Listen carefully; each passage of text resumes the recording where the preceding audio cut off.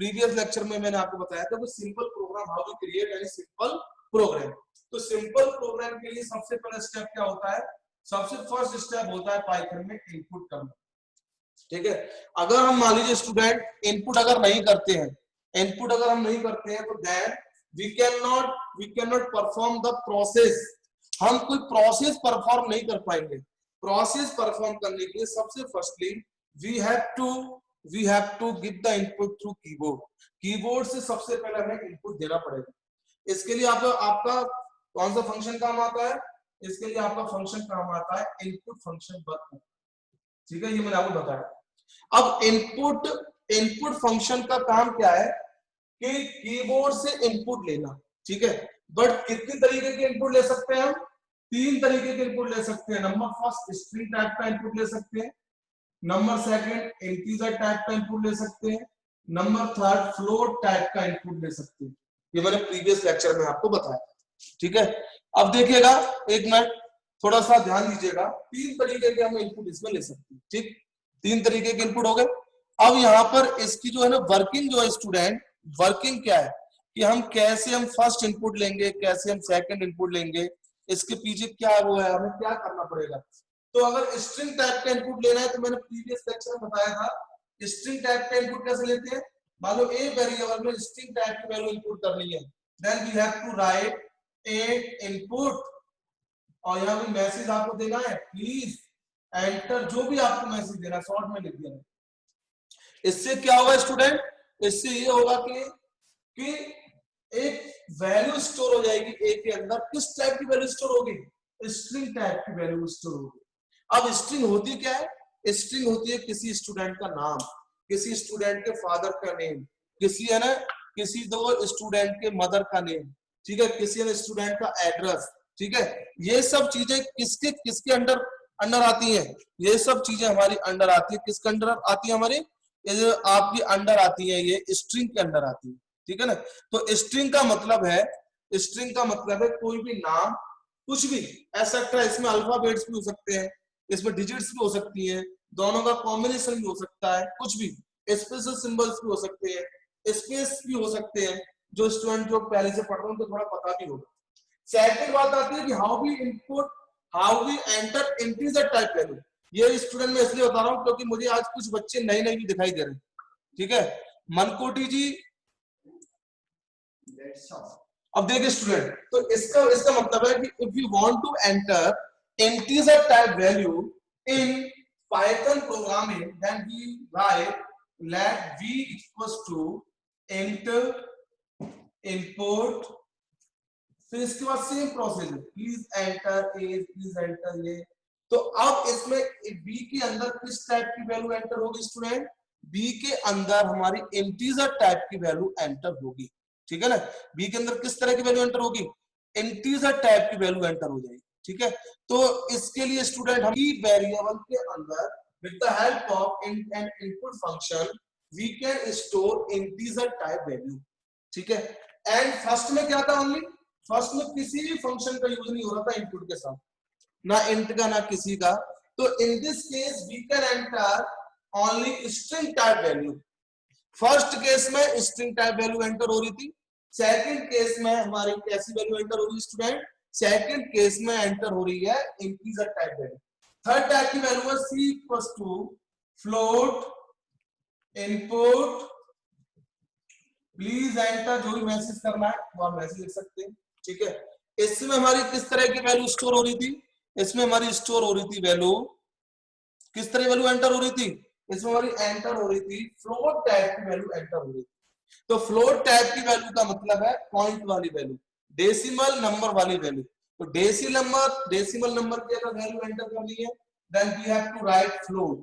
अगर मुझे एंटर करनी है इंटीजर टाइप की वैल्यू एंटर करनी है, तो इंटीजर टाइप की वैल्यू एंटर करने के लिए we have to write it means int, और डेसिमल टाइप के लिए फ्लोट वैल्यू एंटर करनी पड़ती है। ठीक है, तो ये तो हमारी होगी प्रोसेस होगी। ठीक है, ये मैंने इनपुट करना आपको बताया था। ठीक होगा बेटा, समझ में आ गया ना, ये मैं आपको पहले भी बता चुका हूं। अब आज के टॉपिक पे आते हैं। सबसे पहले कि हम सिंपल प्रोग्राम बनवाएंगे और उसके बाद आज का टॉपिक जो है उसको मैं आपको बताने वाला हूं। नंबर फर्स्ट क्योंकि आज मुझे इसमें 31 स्टूडेंट्स आप दे यार, और कुछ बच्चे यार फर्स्ट टाइम आए लगभग 5 और 6 स्टूडेंट ना, इसलिए मुझको आपको बताना पड़ा। किसी को कोई पर्सनल प्रॉब्लम है, कोई कुछ चीज समझ नहीं आया तो मुझे पर्सनली कोई कांटेक्ट कर सकता है, मैं उसको बता दूंगा, ठीक है। अब आज की बात आती है कि एक सिंपल प्रोग्राम बना के देखते हैं पाइथन प्रोग्रामिंग में। कैसा? Write a program to find the it means area of square. Simple program बना के देखते हैं, एरिया ऑफ स्क्वायर निकालने का एक सिंपल प्रोग्राम बना रहे हैं इन पाइथन प्रोग्रामिंग। पाइथन प्रोग्रामिंग में एक सिंपल प्रोग्राम हम क्रिएट कर रहे हैं। तो इसके लिए स्टूडेंट हम देखो क्या करेंगे, सबसे पहला स्टेप क्या होता है हमारा? इनपुट। तो we have to it means take the input from keyboard. तो आपको पता है कि area of it means square क्या होता है? Side multiply side. अब साइड को आप एस भी लेट कर सकते हैं, वेरिएबल पे कुछ और ही मान सकते हैं, कोई इसमें दिक्कत नहीं है। तो सबसे पहला प्रोसेस होता है, अब मुझे इसका एरिया निकालने के लिए मुझे किसकी वैल्यू एसेंशियल है, किसकी वैल्यू मेरे पास होनी चाहिए? साइड की वैल्यू अगर मेरे पास होगी, किसी साइड की वैल्यू होगी स्क्वायर की, then we can find easily, क्या फाइंड कर सकते हैं? एरिया ऑफ स्क्वायर निकाल सकते हैं। तो सबसे पहले हमें क्या करना पड़ेगा? साइड या एस भी लेट कर लो, कुछ भी लेट कर सकते, कोई दिक्कत नहीं है। S equals to integer type की इनपुट करना चाह रहे, फ्लोट टाइप की, ये आपके ऊपर है किस तरह का इनपुट करना चाह रहे हैं। मान लीजिए मैं इंटीजर टाइप का इनपुट करना चाह रहा हूं, इंट इनपुट यहां इंटर कर देते हैं, please enter the side of square. ठीक है, please enter the side of square. तो अब ये मैसेज के साथ आपका मैसेज आएगा, आप कोई वैल्यू एंटर करेंगे तो वैल्यू जाके किस में स्टोर हो जाएगी स्टूडेंट? एस में जाके स्टोर हो जाएगी। आप देखो फर्स्ट हमारा स्टेप पूरा हो गया। तो प्रोग्रामिंग का पहला स्टेप क्या होता है पाइथन में? इनपुट करना पूरा हो गया, मुझे इनपुट मिल गया। जितने भी नीडेड हमारे पास में है, क्या है? इनपुट है, उतने वेरिएबल्स इनपुट करा लीजिए। फर्स्ट स्टेप ये जो होता है पाइथन प्रोग्रामिंग का, मैंने प्रीवियस लेक्चर में भी आपको बताया था, अगर आप एटीएम से पैसे निकालने जाते हैं, ठीक है ना, हार्ड कैश निकालने जाते हैं, तो क्या करते हैं? क्या सबसे पहले पैसा निकलता है, फिर आपसे इनपुट लेता है, क्या करता है? सबसे पहले होता है इनपुट वाली प्रोसेस होती है। इनपुट वाली प्रोसेस में जो भी उसको एसेंशियल चीजें है, पासवर्ड है या कुछ भी है, आपसे रिलेटेड जो भी चीजें हैं, वो आपकी क्या होंगे? सबसे पहले वो आपसे लेट करेगा। ठीक है, लेट करने के बाद में सेकंड स्टेप क्या होता है? प्रोसेस। क्या आता है student? Process. It means what you want in program, I want to find the area of square. You know area of square क्या होता है? Side multiply side. ठीक है ना, एरिया ऑफ स्क्वायर होता है साइड मल्टीप्लाई साइड, ये आपको सबको पता है। ठीक है, तो क्या करेंगे? एक हमने वेरिएबल लेट कर लिया ए, आप कुछ भी लेट कर सकते हैं, एरिया या कुछ। मैंने अभी आज 4 वीडियोस आपकी अपलोड की हैं 11th क्लास में, उनको आप देखिएगा। ठीक है ना, उसमें सब कुछ दिया हुआ है, देख लीजिएगा एक बार। Area equals to side multiply side. अब बताओ ये जो है प्रोसेस वाला स्टेप फर्स्ट नंबर पे क्यों लिया है, सेकंड नंबर पे क्यों आया? क्योंकि इनपुट के बाद में हम प्रोसेस करेंगे ना, प्रोसेस पहले थोड़ी ना होगी। Firstly we have to enter the input from keyboard. जितनी वैल्यूज है सबसे पहले वो एंटर कर लीजिए। एंटर करने के बाद फिर आपकी प्रोसेस वाली आपका फेज स्टार्ट होगा। कौन सा फेज स्टार्ट होगा? प्रोसेस वाला फेज स्टार्ट होगा। तो प्रोसेस वाला फेज स्टार्ट हो गया, प्रोसेस भी हमारा कंप्लीट हो गया कि हमें एस मल्टीप्लाई एस किसके अंदर स्टोर हो गया? ए वेरिएबल के अंदर स्टोर हो गया। अब स्टूडेंट स्टोर हुआ है ए वेरिएबल के अंदर, बट वो डिस्प्ले थोड़ी ना हुआ। डिस्प्ले तो नहीं हुआ ना ऑन द स्क्रीन, स्क्रीन पर हमारे डिस्प्ले नहीं हुआ है। तो इसका मतलब है स्क्रीन पर तो हमारे डिस्प्ले हुआ नहीं। तो अब डिस्प्ले कराने के लिए मैंने आपको फंक्शन बताया था, प्रिंट फंक्शन। तो थर्ड स्टेप क्या होता है? आउटपुट। जिस वेरिएबल के अंदर आपका आउटपुट आ चुका है उसे डिस्प्ले कराना। तो ठीक है, डिस्प्ले कराने के लिए हम किसका यूज करते हैं? प्रिंट फंक्शन का यूज करते हैं। We have to use print function to display the output on output window in Python programming. ठीक है। तो print function the output is, या आप मैसेज भी चेंज कर सकते हैं, कोई दिक्कत नहीं। The area of square is ये दिस, ऐसे करके ना, द आउटपुट इज कॉमा, क्या करेंगे फिर यहाँ पर ए। ओके, तो अब क्या होगा, ये आपका प्रोग्राम बन गया सिंपल। अभी हम सिंपल प्रोग्राम पे चल रहे हैं। किसी भी प्रोग्राम के 5 स्टेप होते हैं, सिंपल प्रोग्राम, इफ एल्स वाले प्रोग्राम, लूपिंग वाले प्रोग्राम, लिस्ट वाले प्रोग्राम, डाटाबेस वाले प्रोग्राम, 4-5 स्टेप में प्रोग्रामिंग डिवाइड होती है, ठीक है ना। तो ये फर्स्ट स्टेप हमारा हो गया, सिंपल प्रोग्राम कैसे क्रिएट करेंगे। समझ में आ गया ना। इसे मैं बार-बार रिपीट इसलिए कर रहा हूं क्योंकि यही स्टार्टिंग होती है स्टूडेंट, सबसे फर्स्ट स्टार्टिंग यही होती है हमारी कि हमें सिंपल प्रोग्राम क्रिएट करना आना चाहिए। तो सबसे पहले क्या था, इनपुट, सेकंड क्या था, प्रोसेस, थर्ड था आउटपुट। तीनों के तीनों स्टेप हमारे समझ में, इसमें आगे ना समझ में आपको। तो 3 स्टेप की हेल्प से हम क्या कर सकते हैं, किसी भी प्रोग्राम को हम सिंपली कर सकते हैं, ठीक है। ओके, समझ में आ गया। अब हम बात करते हैं जो आज का टॉपिक है। ये अगर किसी को समझ में नहीं आया तो मुझसे आप पूछ लेना, ठीक है ना, कोई दिक्कत नहीं। अब हम आज का टॉपिक हम स्टार्ट करते हैं जिसका नाम है इफ कंडीशन। इफ कंडीशन का काम क्या, जो नया टॉपिक इसी से रिलेटेड है। अच्छा स्टूडेंट, अगर मैं एस की वैल्यू देता हूं, फॉर एग्जांपल, अगर मैंने मान लीजिए फॉर एग्जांपल एस की वैल्यू एंटर की 1 एंटर की, ठीक है।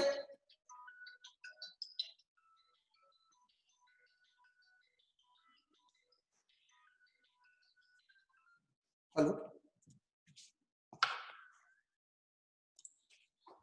अब स्टूडेंट देखिए, अब मान लीजिए फॉर एग्जांपल अगर मैं साइड की वैल्यू 1 दे देता हूं, क्या देता हूं 1, या कोई भी इंटीजर वैल्यू दे देता हूं, देन आउटपुट विल बी, हमारा आउटपुट डिस्प्ले हो जाएगा। अगर स्टूडेंट मान लीजिए मैंने वैल्यू दे दी नेगेटिव, नेगेटिव वैल्यू अगर मैंने एंटर कर दी साइड की, तो जब भी तो आउटपुट आएगा, कोई से रोकने टोकने वाला है क्या भाई। If we enter the value of S in negative number like -1 -2 so on, जो भी कुछ आप एंटर करना चाहते हैं, इसका आउटपुट आएगा। आउटपुट तो आएगा, इसके को रोकने वाला है नहीं। इनपुट करेंगे, मल्टीप्लाई होगा, आउटपुट आ जाएगा। तो अब क्या है, क्या ये हमारा करेक्ट प्रोग्राम है? नहीं है ना, क्योंकि हमने इनपुट कैसा दिया, इनवैलिड इनपुट दिया। कैसा इनपुट दिया बेटा हमने, इनवैलिड इनपुट दिया। अब इस इनवैलिड इनपुट को रोकने के लिए हाउ वी स्टॉप, हम कैसे स्टॉप कर सकते हैं, कैसे entry of invalid input in Python programming कैसे कर पाएंगे, डाटा वैलिडिटी कैसे चेक करेंगे। तो एक नया इसके बाद टॉपिक आता है सिंपल प्रोग्राम के बाद, जिसका नाम क्या है, इफ कंडीशन। क्या आता है, इफ कंडीशन। इफ कंडीशन का काम क्या है, आपको मैं इसमें बहुत सारी चीज बताऊंगा। जैसे आप मान लीजिए जीमेल पे या फेसबुक पे लॉगिन करते हैं, तो साइन कर जो भी करते हैं ना, तो वहां पर आपने यूजर नेम डाला या मोबाइल नंबर जिससे भी आपने लॉगिन आईडी बनाई हो, और आपने फिर एंटर किया पासवर्ड। तो वहां स्टूडेंट कंपैरिजन करने के लिए कि आपका यूजर नेम और पासवर्ड जो वहां एंटर है डाटाबेस में, दोनों होता सेम होता, इट मींस करेक्ट है, दोनों के दोनों मैच कर रहे नहीं कर रहे हैं, उनको कौन कंपेयर करता है, उससे कौन कंपैरिजन कराता है, इफ कंडीशन को। और रॉन्ग एंट्री को भी कौन रोकता है, मानिए सीबीएसई में किसी के नंबर आपने 100 में से 110 देखे, 101 देखे, नहीं देखे होंगे ना, क्योंकि वहां भी डाटा वैलिडिटी लगी रहती है। वो डाटा वैलिडिटी देता कौन है बेटा, इफ कंडीशन देती है। इफ कंडीशन का काम यही है कि how we stop the wrong entry inside any programming. Programming के अंदर कैसे हम रॉन्ग एंट्री को रोकें, कि हम रॉन्ग एंट्री ना दे पाए, ठीक है ना।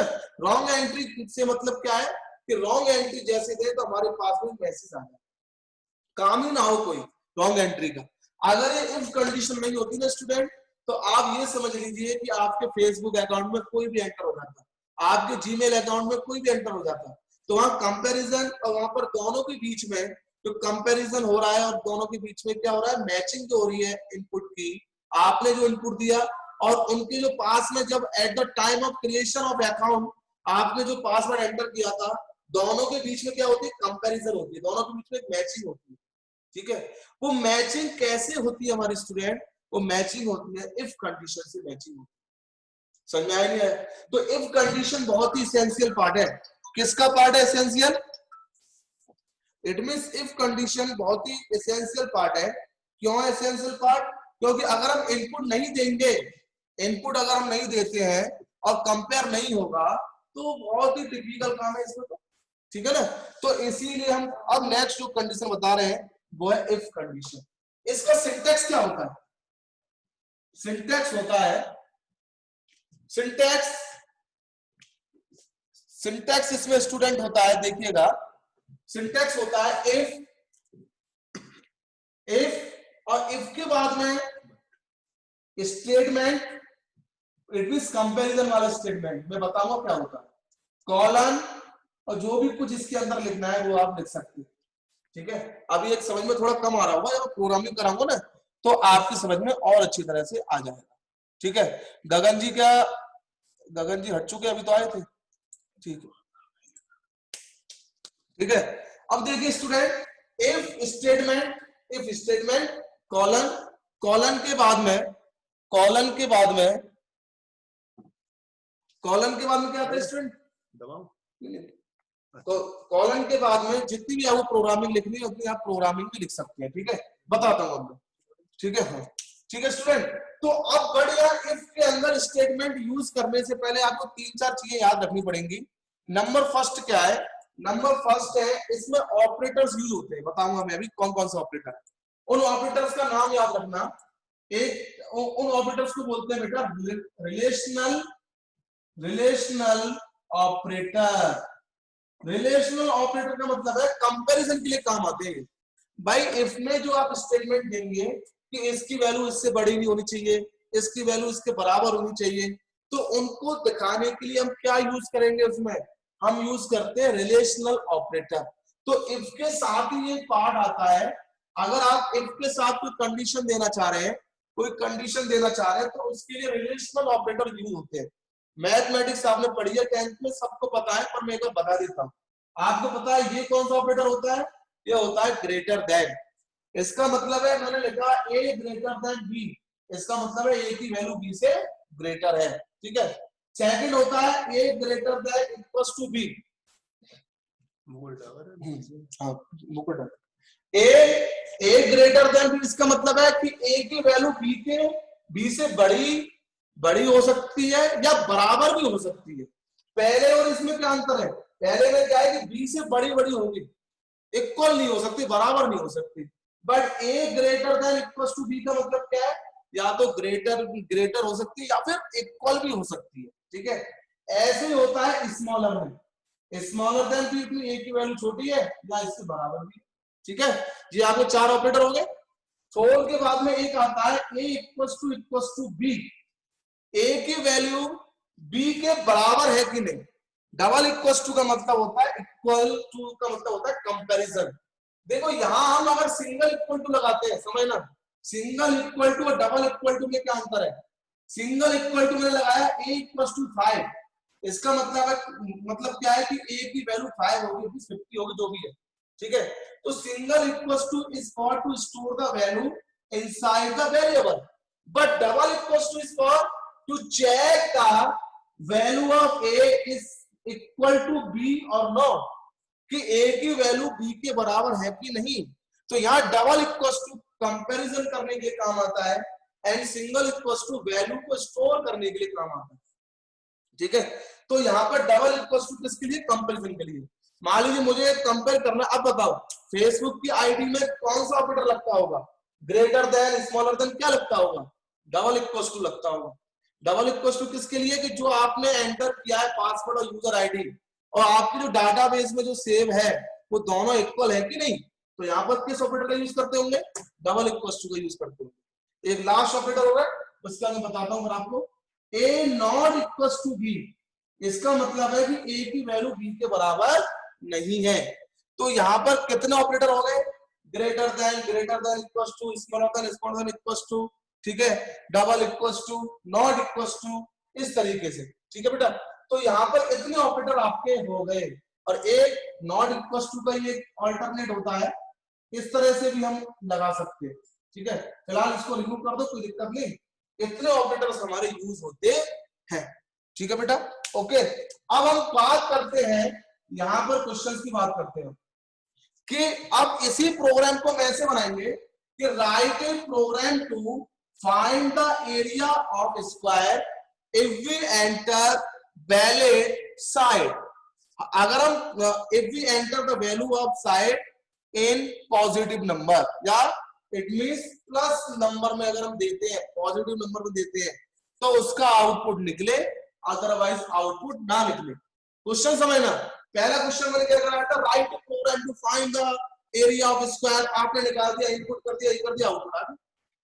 बट अब क्या है, अब एरिया बेटा जब निकले जब इसकी साइड की वैल्यू पॉजिटिव हो। समझना क्वेश्चन, क्या कब निकले एरिया, एरिया जब निकले जब साइड की वैल्यू क्या हो, when the value of side is positive.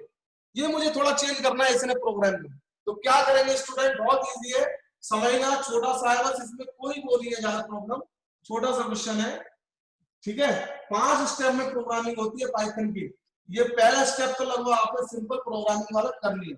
Second step है if statement, if else statement. ठीक है, इसको मैं बता रहा हूं इफ स्टेटमेंट का इसमें कैसे हम यूज करेंगे। ठीक है, तो सबसे पहला स्टेप क्या होता है इसमें, कोई इनपुट वाला स्टेप, सिंपल इनपुट वाला स्टेप कैसे करते हैं, s इक्वल्स टू इंट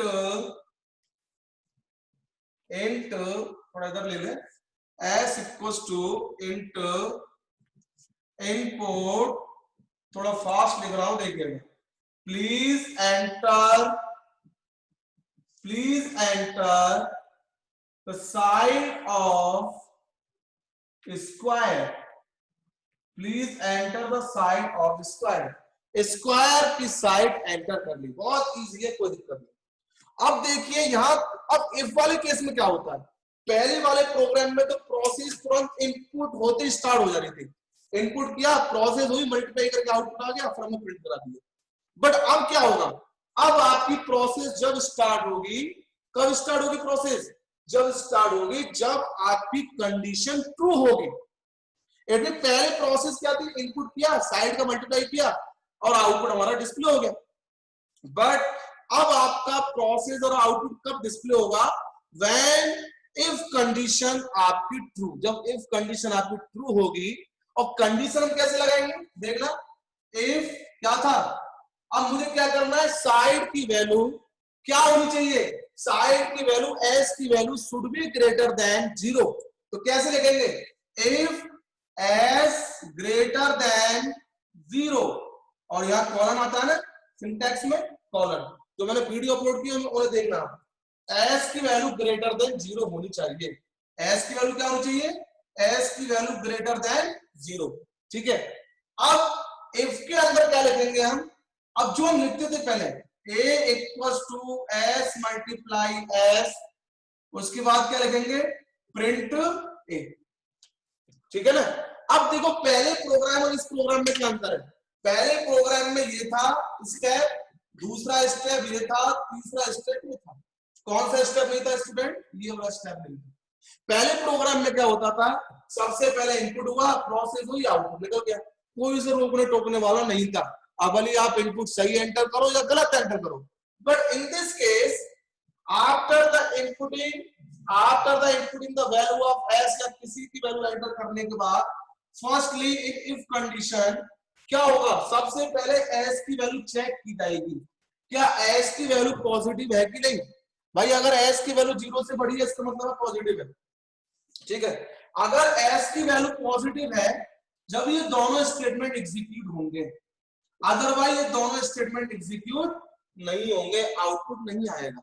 तो पहले प्रोग्राम और इस प्रोग्राम में क्या अंतर है, in first program, in simple program, अगर आप इनपुट कुछ भी दे दें, क्योंकि आपको पता है साइड कभी नेगेटिव नंबर में होती नहीं है, पॉजिटिव नंबर में तो होती है। मैं इसके भी लेंथ पूछूं या किसी चीज की लेंथ पूछूं, क्या लेंथ कभी माइनस में हो सकती है, नहीं हो सकती, इतना सबको पता है।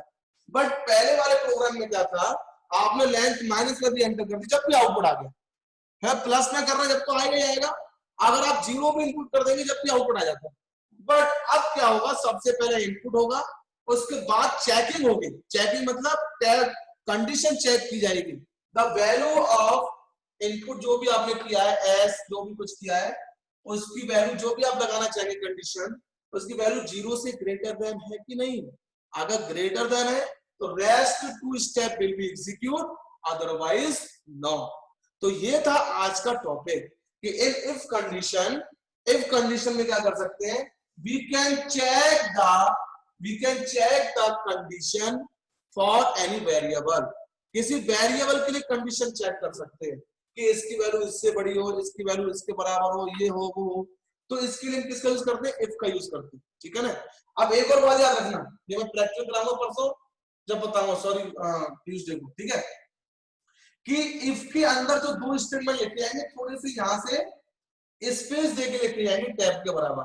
उसका क्या मतलब है कि ये इफ के अंदर के स्टेटमेंट है, इफ के अंदर के स्टेटमेंट कितने हैं, मेरा दोनों है, तो इनको हम कहा लिखेंगे, थोड़ा सा एक टैब का स्पेस देके लिखेंगे। ये मैं बता दूंगा मंगलवार को, कोई दिक्कत नहीं है, जब मैं प्रैक्टिस कराऊंगा।